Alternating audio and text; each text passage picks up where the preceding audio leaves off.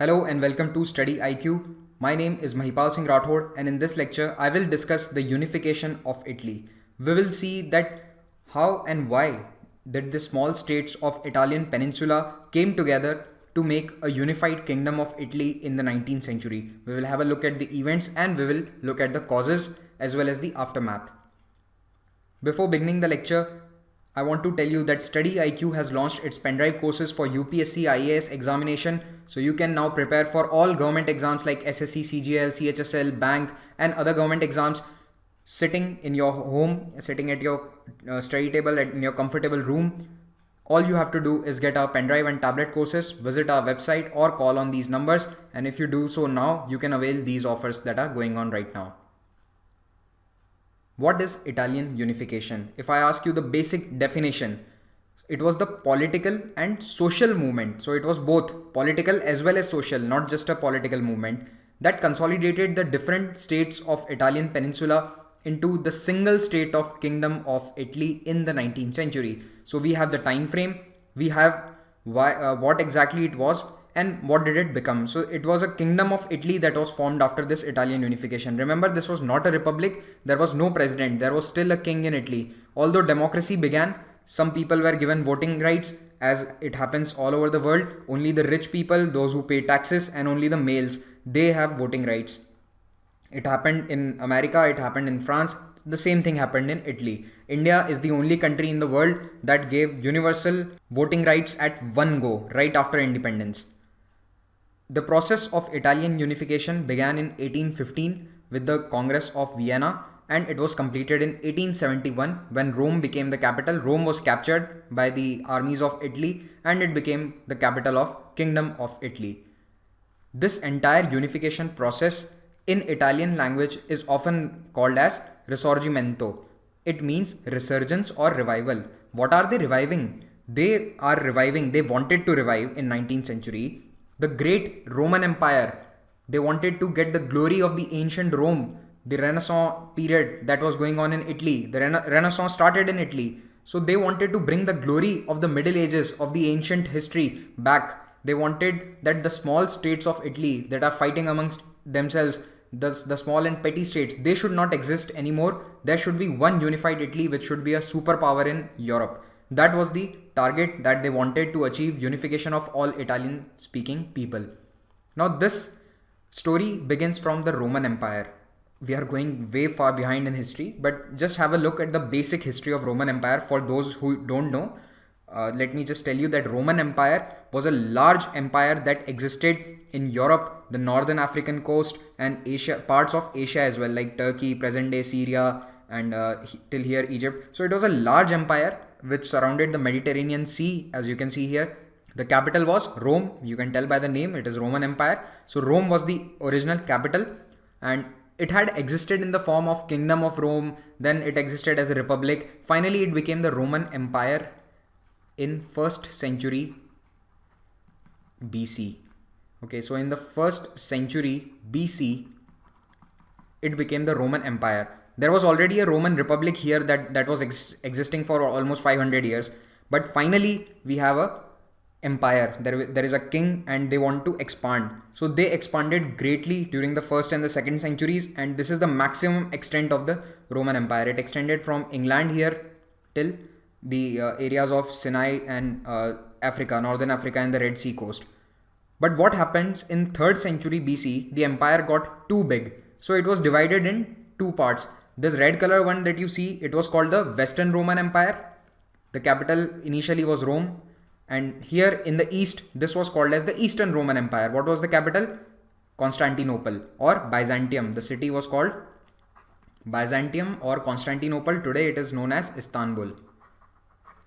So this was the capital of the Eastern Roman Empire. It split. It was the same people, same culture. But slowly this Western Empire was no more in 5th century. Around 476 AD, Rome was attacked by some tribes from the north, the area of Germany today. They attacked Rome and Rome was sacked. After this empire became very weak and slowly all these territories got their own independence. Some other kings came over, the other tribes took over the territories of Roman Empire, the Western Roman Empire, and this kingdom no longer existed, while this Byzantium went on strong for more 1000 years more. So this was over in 1453 when the Ottoman Turks, they captured Istanbul. This is a historic event in world history, the fall of Constantinople in 1453. So for around 1000 years after this Western Rome had fallen, this existed. Byzantium existed, and it was a great seat of learning, education, sciences, etc. But this area, the area of Italian Peninsula, that was the core area of Roman civilization, the Roman Empire. This was now divided into small kingdoms, small territories for the next 1400 years or so. And this Occidental means west in Latin, and Orientis, as you can tell, Oriental, it simply means east. So that is why this area is written as Pars Orientis and Pars Occidentalis. West is Occidentalis. Now we directly come to 19th century. For around more than 1000 years, the small territories are ruling over Italy, multiple kingdoms. Some of them are originally Italian, some of them have been captured by countries like France. So this disjointed Italian peninsula wanted to unite. And what were the causes for this Italian unification? The first is the peninsula itself, the geography. It is a cohesive geographic unit. Look at this map. This is a physiogeographic map of the Italian peninsula. You can see on three sides it is surrounded by sea. Here is the Tyrrhenian Sea, here is the Adriatic Sea, here is the Mediterranean Sea. And in the north we have the Alps mountain that protect it from the attacks of the Central European plains, people attacking from France or the central plains of Europe. So it is quite a cohesive geographic unit. It is protected by geographical barriers, natural barriers on all sides. Then there are these few large islands. This is Corsica. All these names will come in this next slide. Okay, don't worry. This is Corsica. This is now part of France. For many years now this has been part of France, not part of Italy. This island is the island of Sardinia, and this is Sicily, and this is the mainland Italian peninsula. So you can see the geographic cohesiveness. Second, most of the people living on this peninsula spoke the same language. There were some variations in dialects here and there, but mostly the language was the same. But this peninsula was now divided into competing states. Each had their own government, their own set of laws, rules. Trade and commerce was not that brisk. It was not very good as Roman Empire times. At such a stage, Napoleon invaded the Italian peninsula. He invaded around 1796, and his invasion changed quite a lot of things. We will discuss them. We will discuss all of these again. Vienna Congress in 1815, after Napoleon's defeat, this Congress was held and it divided Europe into different parts. Next is revolutions of 1848. All over Europe, in many cities, revolution took place, but all these revolutionary activity was put down by the ruling kings. Finally, the spirit of nationalism. This is the most important reason. Nationalism was the binding factor. This nationalism was promoted by individuals and groups that we are going to discuss. All these are the reasons for Italian unification. Geography, we have already discussed. Before going into the details, just have a look at this map. Know which area I will be talking about. So these names of these regions will come again and again in this lecture. The first one is Piedmont, Sardinia. This area is called Piedmont. Okay, it is not written here, but this is Piedmont, green colored, and this is the island of Sardinia. These two were united as one kingdom. They were ruled by one king, and most often they were named as Piedmont, Sardinia, and sometimes they were also called simply as the Kingdom of Sardinia. Although Sardinia is an island and the king used to rule from this region, Piedmont region, the mainland area, still this kingdom was many times called simply as Sardinia. So don't confuse, whenever I say Sardinia, it means this island of Sardinia plus the Piedmont region. Alright, and this is the most important kingdom in our studies because Piedmont, Sardinia ultimately united all the Italian states. Although it is not the largest one, still it was the one that united all these different states. Second is Lombardy. Lombardy is this region. This is Lombardy right next to Piedmont. This is Lombardy in northern Italy. Then this is Venice. Venice is a famous city of Italy. It has a lot of canals, gondolas, the small boats that are floating over them. And this city is threatened by global warming because the rising sea levels are threatening the entire city. Maybe in 100 years, this city will exist no more. Next is Parma. This is Parma. Then there is Modena, and finally Tuscany. These three will be usually clubbed together. Parma, Modena, Tuscany. PMT. This is how I remember them. PMT. Parma, Modena, and Tuscany. Then there are papal states. Papal states are those areas that are directly under the rule of Pope. So Pope had political power as well as religious power at that time. Today, Pope only has religious power. He does not have any political power. He does not have a kingdom. He controls only the Vatican City. But earlier, for around 1200 years, he had power over a large area. He used to control a large territory. He was the king of all these papal states. Okay, so these are the territories of Pope. And who was supporting these papal states? The largest supporter behind them was France. The rulers of France is also Roman Catholic, so they always supported the Pope. Although Italy is also Roman Catholic, but mainly France was supported during this 19th century. France supported Pope militarily. They sent their armies whenever he needed it. Then comes Sicily. So this is the island of Sicily. But this entire green colored area, this is southern Italy and this is Sicily. Both of them were one kingdom. They were combined together. So just like Piedmont and Sardinia here, this was Sicily and this was Naples. Naples is a city. So this territory was earlier Kingdom of Naples and this was Sicily. Both of them were joined together and this kingdom was called Kingdom of Sicily. Or sometimes it was also known as the Kingdom of Two Sicilies, because this is also Sicily and this was also part of Sicily. Pause this video. Have a look at all the territories once again. Piedmont, Sardinia, Lombardy, Venice. This is Parma, Modena, Tuscany, Papal States, and in the extreme south there is Kingdom of Naples and Sicily. Here is Corsica, that is part of France, not part of Italy. This is the island of Sardinia. And there are some small republics as well that are not at all important for us, but they existed. Just know their names. Republic of Lucca here. Then there is a Republic of Genoa here. So these are also part of Italian peninsula, but they are smaller kingdoms. For us, only these kingdoms are important because they are the major players of the Italian unification. Next comes Napoleon Bonaparte. He was a military general during the times of revolutionary France in 1790s.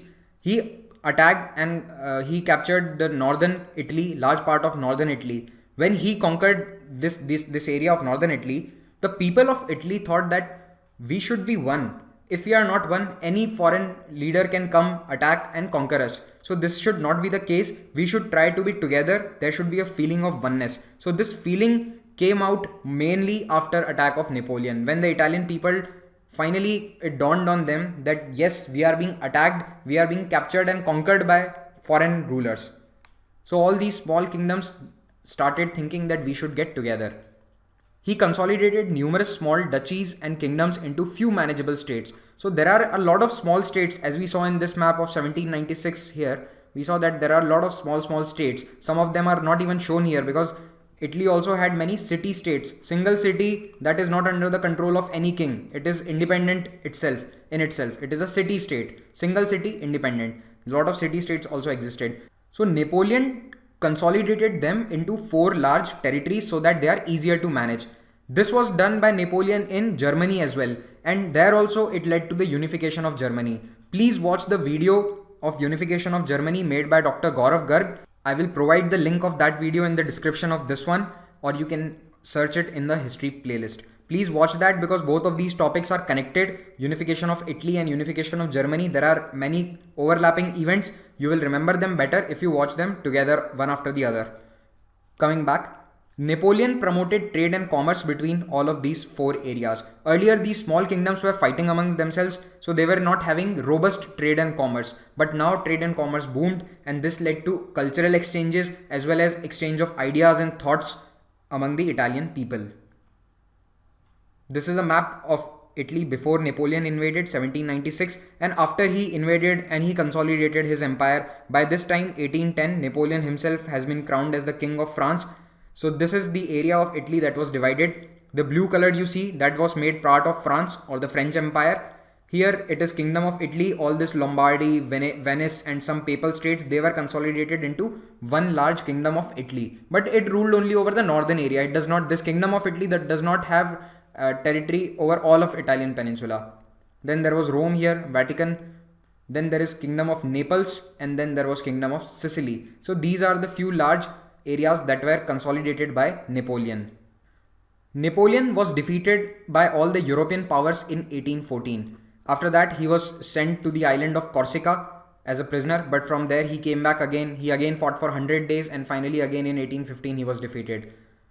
But after defeating him in 1814, all the great powers of Europe got together. Britain, Austria, Prussia, and Russia. They had defeated Napoleon and they sought to carve out his empire into different countries, different nations.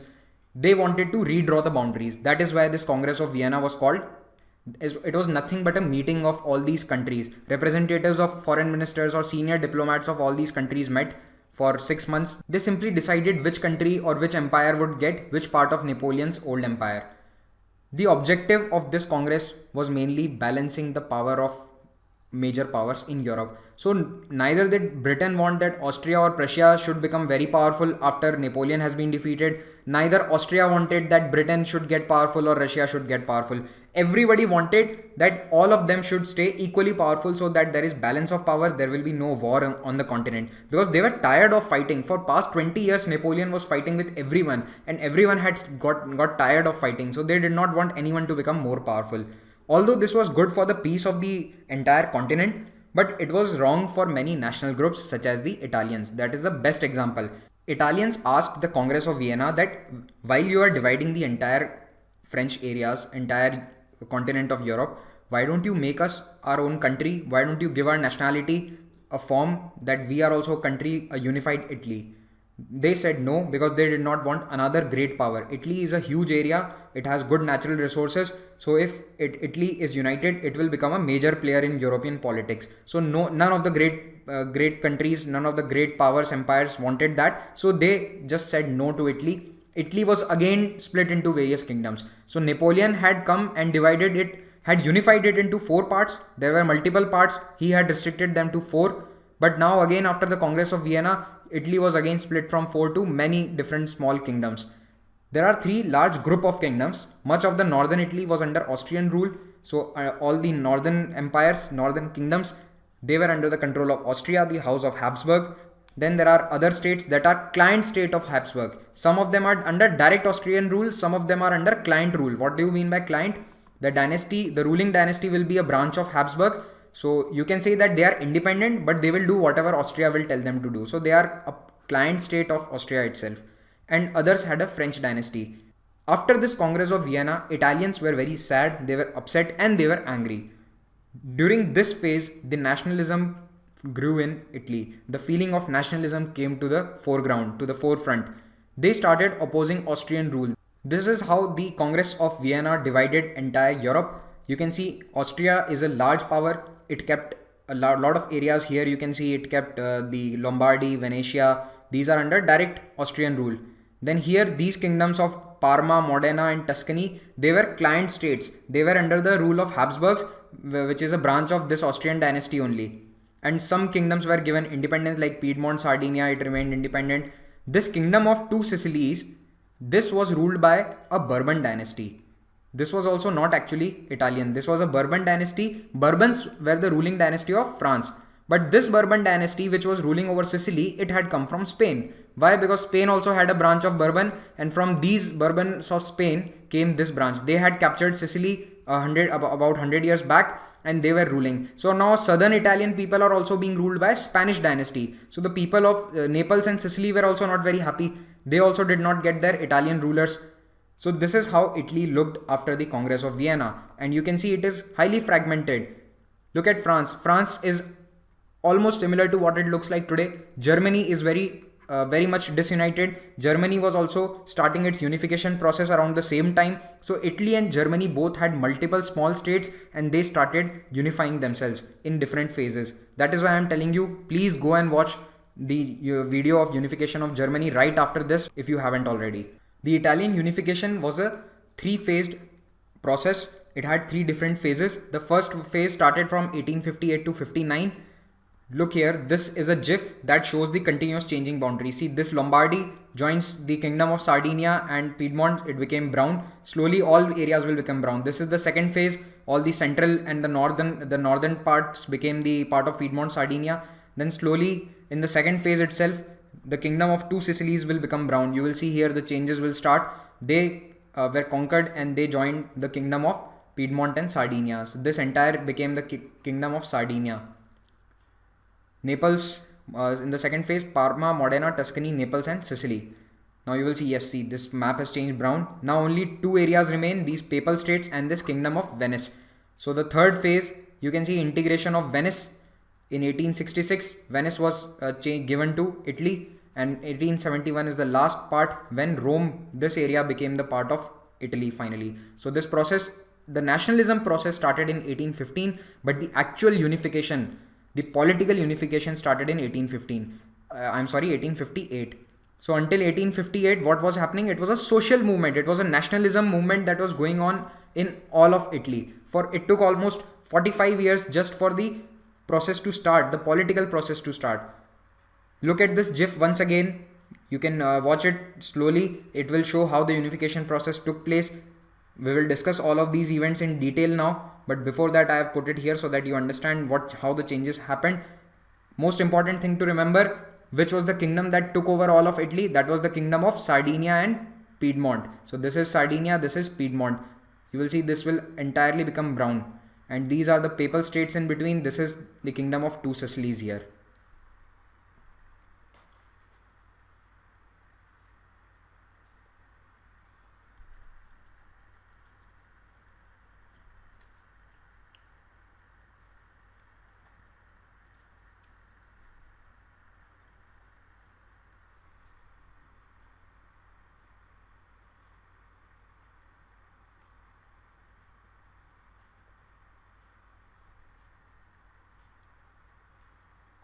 Alright, so this GIF has shown the complete transformation of Italy. Moving on, the biggest factor behind unification was nationalism. If I ask you, what is nationalism?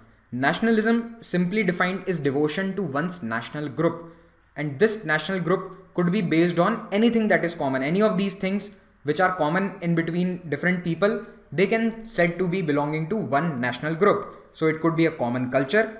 Did Italians have a common culture? Yes, of course they did. They spoke the same language. Yes, they did. There were a few variations in dialects here and there, but mostly it was the same language. Did they have a shared history? Yes, they had a long shared history under the Roman Empire, the Roman Republic. Was the religion same? Mostly it was Roman Catholic. So again, check. Territory was cohesive. Yes, we have seen three sides. There is oceans or seas. In the north, there are Alp mountains. If I ask you, what is the basis of nationalism in India? Does entire India have the same culture? No. Do we have the same religion? No. Do we have the same language? Of course not. It has been the biggest problem after independence. Do we have the same territory ruling under one empire throughout the history of India? No. For example, under Chandragupta Maurya or the Guptas, the entire North India was united, or under the Chol Empire, a large part of southern India was united under one empire. But for more than 200 or 400 years, did any one empire rule over entire India? No, not even Mughal Empire. So we can say that all these are not the basis of nationalism in India. For us, for Indians, the nationalism is based on history. We share a historical consciousness. Our history has been linked together. There were different states, there were different kingdoms, but the major important factor will be historical consciousness. Our history is united, our history is joined.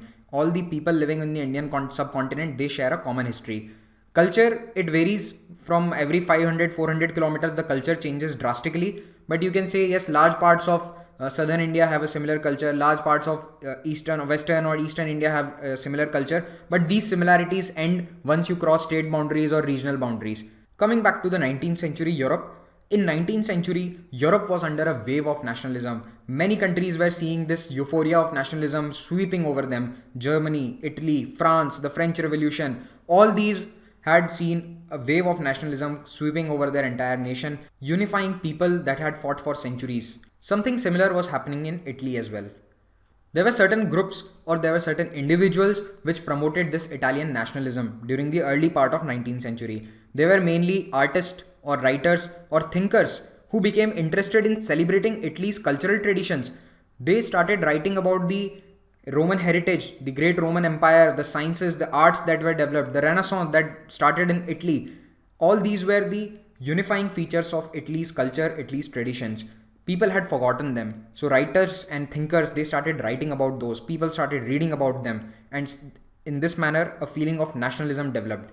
Many secret societies were formed to bring about political change. They plotted to overthrow the Austrian government in Italy, especially in the northern kingdoms, Parma, Modena, and also in Sicily, where the ruling dynasty was a Spanish Bourbon dynasty. So over there also many secret societies were formed which thought that one day we will have an Italian dynasty ruling over us. One of the most important organizations during this early period of nationalism was Carbonaria. This was present from 1800 to 1831. So you can see it is even before the Congress of Vienna, but its activity increased after this Congress of Vienna in 1815. So Carbonaria means charcoal burners. It was a secret organization. They did not aim to unify Italy. Their aim was simply to remove foreign rule and tyranny from Italy. Tyranny means the attitude of the kings that we will do whatever we want. This should not stand. They did not have dreams of unifying Italy under one ruler, one republic, one kingdom. No. Such dreams were a little bit far away. The first person to think about such ideas was Giuseppe Mazzini. He founded an organization called Young Italy in 1831. He was a lawyer by profession and he was also a very popular writer. So he started writing about the nationalistic feelings and he launched this group called Young Italy. He wrote a lot in newspapers and he always talked about unification of Italian states. So he gave the idea that Italian states should be united. There should be political unity. The earlier organizations, the Carbonaria, they wanted some change, but they did not have an outset political agenda. They did not have a fixed political agenda. Due to his nationalistic activities, because he was speaking against kings, Mazzini was exiled to France. He was asked that either we will throw you in jail. The king told him to either we will throw you in jail or you leave the country. So he decided to go to France. He lived in France. He also lived in UK for a long time and also in Switzerland. From those countries, he again and again tried to start insurrections. He started these insurrections in multiple states like Venice, Parma, Modena, even Rome. He tried to overthrow the king, but most of the time all these plots failed. All these insurrections failed. He was not successful most of the time. He still tried to smuggle patriotic pamphlets, newspaper clippings into Italy so that they could be published.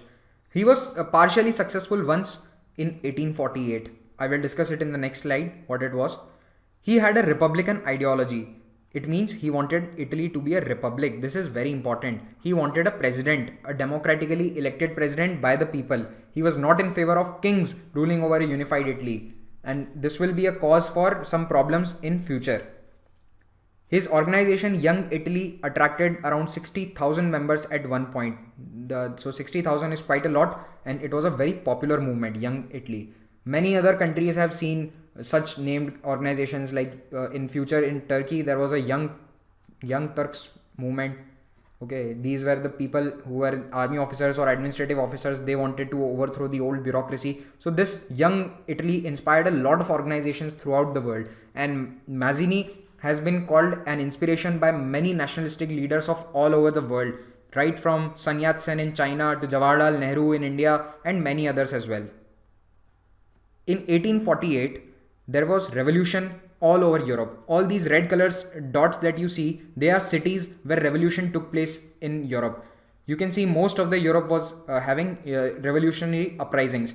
So cities like Paris, like Milan, Rome, they all saw violence. They all saw insurrections, uprisings against the kings, against their own rulers. But these uprisings failed throughout Europe because all the kings had armies. They simply sent the armies against the protesters. These people wanted a different type of government and they did not get it. In Italy also, Mazzini tried to start an insurrection in Rome. He ruled over Rome for some months. His people captured Rome, but then Rome was supported by France. Why? Because Pope. So Pope was held by the French army. French troops came and defeated Mazzini and his army. Again, Mazzini had to leave the country, go into exile. Piedmont also started fighting. Piedmont, Sardinia. It took advantage of this revolution in 1848. It started to overthrow the power of Austria. But after fighting for 1 year, Piedmont was also defeated. In the Italian states like Parma, Modena, Tuscany, the Italian citizens, the Italian people started revolting against the Austrian or the Habsburg rule. So this is how the nationalistic feeling was finally taking a physical form. There was an uprising against the foreign rule. But all these uprisings failed, not just in Italy, all over Europe. Now we will talk about Count Cavour. His original name was Camillo Benso, but history knows him as Count of Cavour. He was from a place called Cavour. He was the count of that place. Count, Baron, all these are titles given to noblemen or nobility or aristocracy. So Count of Cavour was made the Prime Minister of Piedmont, Sardinia. Where is Piedmont, Sardinia? This is Piedmont, this is Sardinia. So this was a kingdom in Italy, and the new Prime Minister, he was made in 1852, who was the King Victor Emmanuel II. So Victor Emmanuel II made Count of Cavour the new Prime Minister, and this person is the brains behind Italian unification. He is the one who orchestrated the entire unification process. Although Mazzini started this feeling of nationalism, he spread the feeling of nationalism from door to door via his writings, his newspapers, but the actual architect of the Italian unification was Count of Cavour. He founded a nationalist newspaper called Il Risorgimento. You can see the resurgence. The entire unification process itself is called as Risorgimento. There is the resurgence or the rebirth.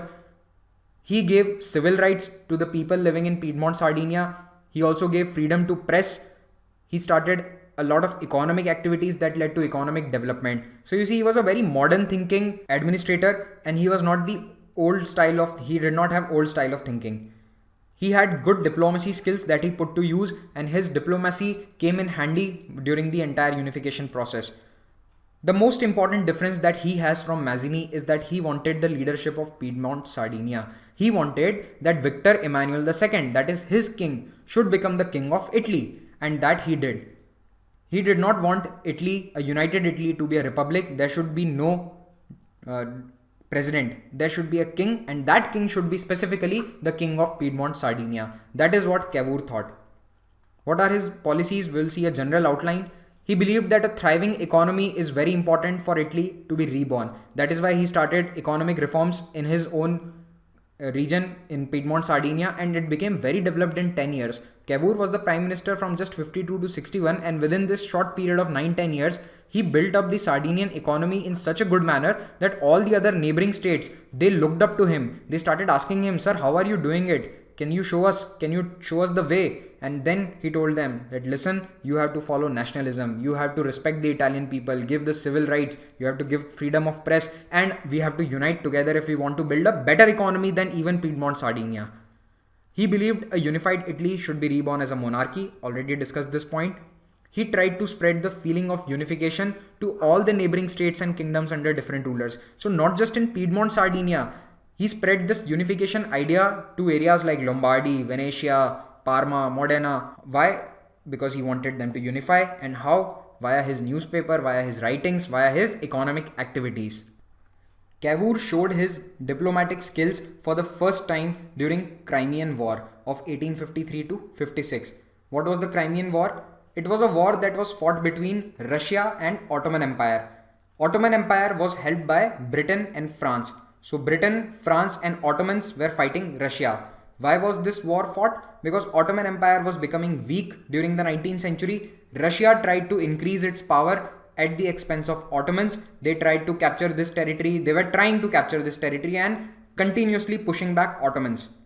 At this juncture, Britain and France did not want Russia to become very powerful. Actually, they were against Russia gaining so much power that it could threaten entire Europe. So that is why they decided to help Ottomans. They fought on behalf of Ottoman Empire. This war took place here in the Crimean Peninsula, that is situated just south of Ukraine. In 2014 also there was some trouble regarding the Crimea. It is called the Ukraine crisis or the Crimean crisis. I have made a video on this. You can look at it if you don't know what the crisis was about. So this war was fought in Crimea. And where does Piedmont, Sardinia fit into scheme of things? They had nothing to do with Russia. They had nothing to do with Ottoman Empire. But still, Cavour sent his army to help France and Britain. He said that, "No, you require my help. I will send my armies." So France and Britain were very happy. With the help of Italian soldiers, their strength was boosted, and ultimately they won this war. Russia was defeated. Ottomans and France and Britain, they won this battle. So after this victory in Crimea, France and Britain invited Piedmont, Sardinia to the conference in Paris, where this was the post-war conference where all the divisions would take place. So Cavour went to this conference and he gave a great speech which showed Austria's suppression of the Italian people. He highlighted how Austrian dynasty is not letting the people of Italy unite and how they are suppressing them. Austria was having a very brutal rule in the northern part of Italy. So this is how he gained British and French sympathy. French and French and Britain were now sympathetic to the cause of Italian people. They were okay with the fact that yes, Italian people want a different country, and whatever Cavour is saying, he's right. At this juncture, Napoleon III was the king of France. So Napoleon III promised support to Cavour. Although France was a good friend of Austria, still he promised his support to Cavour. In future, France did not support Austria in its war with Sardinia. So this war is soon going to break out. Why did Cavour get this promise? Because he knew we need to fight Austria. He was very intelligent. He had orchestrated this from the beginning. He knew that without defeating Austria in a war, Italy can never be united. And he knew that his military power was not so good as to defeat the Austrian armies. That is why he needed a very powerful friend. He needed France. And that is why he sent his army to Crimea, so that France would ultimately support them in their war against Austria. And this war came soon. What did France get out of this? France got the territories of Nice and Savoy. So Cavour got their promise to fight on behalf of Piedmont Sardinia, and in return he gave them two large territories. Where are Savoy and Nice? See, these green colored areas are Savoy and Nice. And he also orchestrated a wedding of a princess of Sardinia to Napoleon III. So now Napoleon III was married to a Sardinian princess. Now they also have a matrimonial alliance. Imagine India's political leadership going to an international conference and giving away territory that they own. Imagine what would have been the reaction back home when Cavour went back to his country, his kingdom, Piedmont Sardinia, and he told that I have given away two large chunks of our territory just to get a promise of getting help from France. But he was such a good diplomat that he convinced his people to do the same. It is impossible to imagine a diplomat of this day and age in 21st century to do so. So after 40 years of nationalistic feelings being propagated and all the diplomatic maneuvering of Cavour, comes the first phase of 1858. Now starts the actual political unification process. This started in 1858 to 59. Lombardy and Venice, these are the two northern kingdoms that are under the direct control of Austria. Cavour started instigating the people of Lombardy and Venice to overthrow the Austrian rule. Austria warned Cavour that stop all your anti-national activities, stop instigating people against our rule. Cavour did not stop. Instead, he increased his activity. He said that how can you even tolerate living under Austrians? And this is when Austria declared war on Sardinia, the kingdom of Piedmont Sardinia. So this was war that Cavour had anticipated long back, and with France's help, France sent its army because Napoleon III had promised them, and in this war, Sardinia defeated Austria and they liberated Lombardy from the Austrian rule in 1759. But they could not liberate Venice because Austria also had some good diplomats. They started talking with France that why are you fighting with Sardinia? We are also friends. Let's just stop fighting. So before Venice could be liberated, the French army left. But still, it was a victory for Cavour. He got Lombardy to join Piedmont Sardinia. So after phase 1, Lombardy was added to the kingdom of Piedmont Sardinia. Thus, the kingdom of Piedmont Sardinia now has this territory as well. The number 2 where it is written, this is Lombardy. And Venice was also under direct rule of Austria, but this was still under Austrian rule as of now.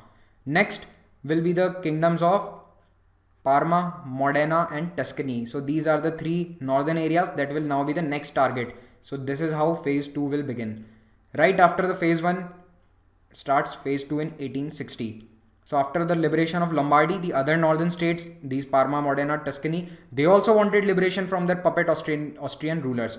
They had Austrian kings. Remember, they were ruled by the Habsburg dynasty, some branch of the Habsburg dynasties. They were Italian, but they were ruled by Austrians. This is not directly under Austrian rule, but this is a client state. Okay, this is called a client state. In this area, rebellion started against Austrian rule. Austria tried to suppress it. They also asked Britain and France for help, that see what is happening in Parma, Modena, and this is against the decisions that we took back in the Congress of Vienna, so come help us. But Britain asked Austria not to intervene in Italy. Why? Because they had the sympathy, because Cavour had given his fabulous speech back in the conference of Paris, and France also refused to help them. France said that no, we are not going to help you, Austria, because Italian people have the right to live with whoever they want. Under such circumstances, Cavour gave an advice to everyone that let's just stop fighting, stop all the rebellions, let us have a plebiscite. And he knew that because of his writings, because of the nationalistic feelings that had been developing for the past 40 years, this plebiscite will succeed. So he told the people of Parma, Modena and Tuscany to vote, and everyone voted to join Piedmont and Sardinia. So just like Lombardy, Parma, Modena and Tuscany were now also members of Piedmont, Sardinia. Some regions of Papal states at this time were unified with Italy by attacking them. People of these Papal states also wanted to join, so Piedmont, Sardinia sent its army and conquered some small states. Not all of the Papal states, but some of them. So this is how Italy looked after the second phase. This is the original Piedmont and Sardinia. First phase we got Lombardy. In the second phase we got this one, Parma, Modena, Tuscany, and these are the Papal states that we got. Venice is still under the rule of Austria, and here these are the Papal states under the rule of Pope. Rome city is situated here. Now we are still in the second phase. The next target was this one, Naples and Sicily. How to capture Naples and Sicily? The problem was that the ruler of this Naples and Sicily was a Bourbon ruler. This was the Bourbon dynasty. It was related to the dynasty of France. The Bourbon ruler was a relative of Napoleon III. Now if Cavour decided to attack Sicily, definitely France will get angry. Napoleon III will get angry that how are you attacking my relative? Why are you attacking a Bourbon dynasty? Because all we had a deal was regarding Austria. You did not tell us anything about attacking South Italy and unifying the entire Italian peninsula. So this was a question in front of Cavour, how to solve this, how to join the people of South who are vying for uniting. They also have great feelings of nationalism. They are vying to unite with the North, but how to join them without angering France, because they cannot afford a war with France right now. Piedmont, Sardinia is not that strong. So the answer to his questions was Garibaldi. Who is this Garibaldi? Garibaldi was a soldier and an army general who had initially joined the Young Italy movement led by Mazzini. So he was a follower of Mazzini. He was also part of all the nationalist activities, and because of these activities, just like Mazzini, he was also forced into exile. So he had to flee Italy twice, and Mazzini went to France, Switzerland or England. Garibaldi, on the other hand, he went to South America. He started fighting in wars in Brazil, Argentina, and that is where he learned the techniques of guerrilla warfare, which came in handy during his Italian campaigns. He returned to Italy once or twice in between to continue the fight for free Italy, but again they were defeated. Remember 1848, they captured Rome, but they were defeated by the French armies, so again he had to leave. Garibaldi was there in Rome in 1848, but in 1854 he returned for good. He was here permanently now. Cavour asked Garibaldi that you are not a soldier of the Kingdom of Piedmont Sardinia. Now I have relations with the Napoleon III, with the King of France, so I cannot attack Sicily because of the Bourbon dynasty. But you are a revolutionary, you are an army general from South America. You are not under my control. So he secretly asked Garibaldi that you go and attack. You take a small army with you. There were only 1,000 soldiers that went with Garibaldi. They were called the 1,000. That is why their campaign is also called the 1,000 campaign, because there were only 1,000 soldiers, and they are called red shirts because they all wore red colored shirts. Remember, before this campaign against Sicily, Cavour was also present in the war against Austria. In that war also he had led forces of Italy on behalf of Sardinia. So he was a nationalist. He wanted to see a unified Italy, and that is why he took up this challenge to attack Sicily and Naples.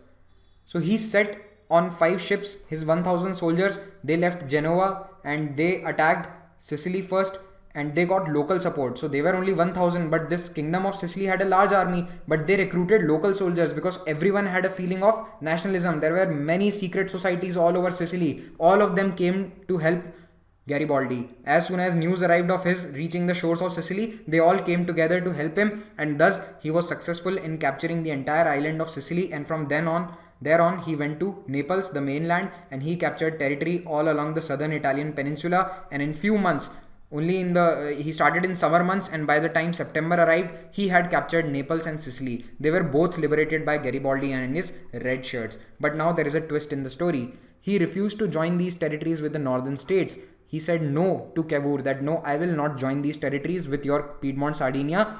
I will make a republic here. Why? Because he was a follower of Mazzini. He wanted a republic. He believed in the ideals of republic. He did not want a king ruling over an independent, unified Italy. That is why he said that we will make a southern Italy, we will make a different state, and this will be a republic.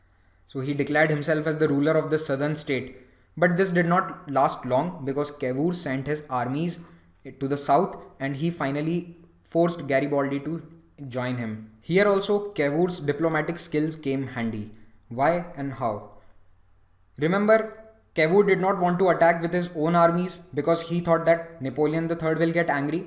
Now he wrote to Napoleon III that, "Dear sir, the Bourbon dynasty of Sicily has been overthrown by a revolutionary called Garibaldi, and I will go and defeat him. I will restore the monarchy back. So kindly ask the Pope to pass my armies through Italy and go south. I will not attack the Pope." See, Pope was threatened. He thought that any day this Italian army, the northern armies of Piedmont, Sardinia, they will attack the Papal States. So they were continuously under threat. So Pope thought that any army coming south would be to attack me. That is why Cavour wrote to Napoleon that, "Please ask the Pope to let my armies pass and I will go and attack Sicily." Okay, and not attack the Pope. So Napoleon III thought that, oh, such a good man, he's worrying about my dynasty, my relatives, so that the Bourbon dynasty is restored. So he wrote to Pope that please let Cavour's armies pass, and that is how Cavour took his armies here. And when his armies came, Garibaldi did not put up a fight, he simply agreed to join. In 1861, the King Victor Emmanuel II proclaimed the Kingdom of Italy. He said that now my kingdom will no longer be called the Kingdom of Sardinia or the Kingdom of Piedmont, Sardinia. No. Now we have control over most of the Italian peninsula except Venetia and Papal States here near Rome.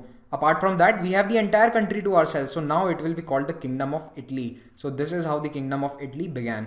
This is the end of phase 2.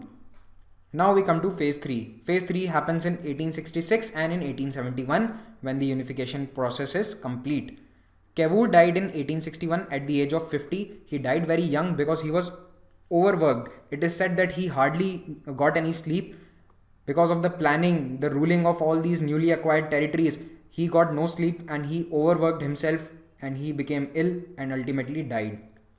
After that, King Victor Emmanuel II integrated the provinces of Venice and Rome. Now Victor Emmanuel II also had learned quite a few things from Cavour. He had learned his diplomatic skills. So he signed a treaty with Bismarck of Prussia against their mutual enemy, Austria. So this is Italy now. The light green shade that you see, this blue colored is Prussia. All this territory is Prussia. You can see in this German territories also small kingdoms are still present because German unification is also yet going on. So he asked Prussia that your enemy is Austria.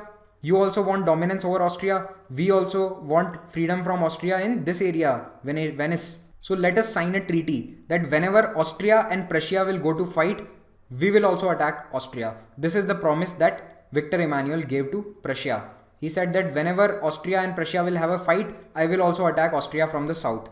In return, he got the promise from Prussian king that when Austria is defeated, Venice will be transferred to us. Venice will be given to us. All the Italian territories, Italian speaking people will be under Italy. Prussia said, okay, no problem. All right, this is a good treaty.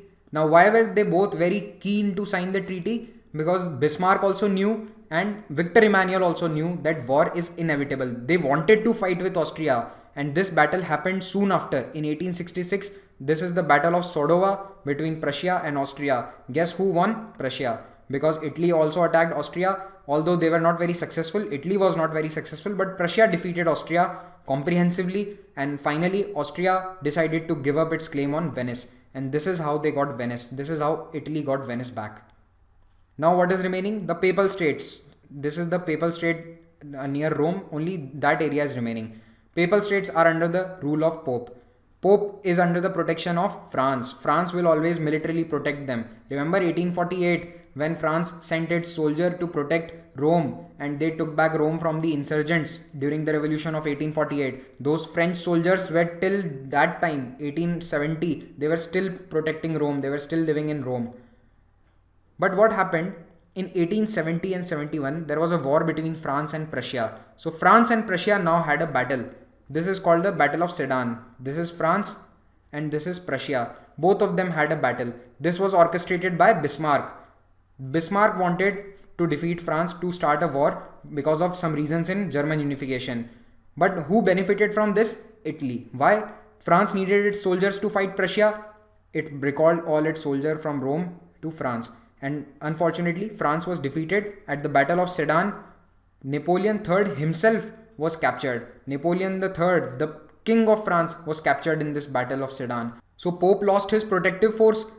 Now it is very easy for Victor Emmanuel to capture Rome. He's just sent his army and this unprotected city of Rome was captured in 1871. It was made the capital of the kingdom. Earlier the capital was Turin, that was the capital of Piedmont, Sardinia. Then later Florence was made the capital.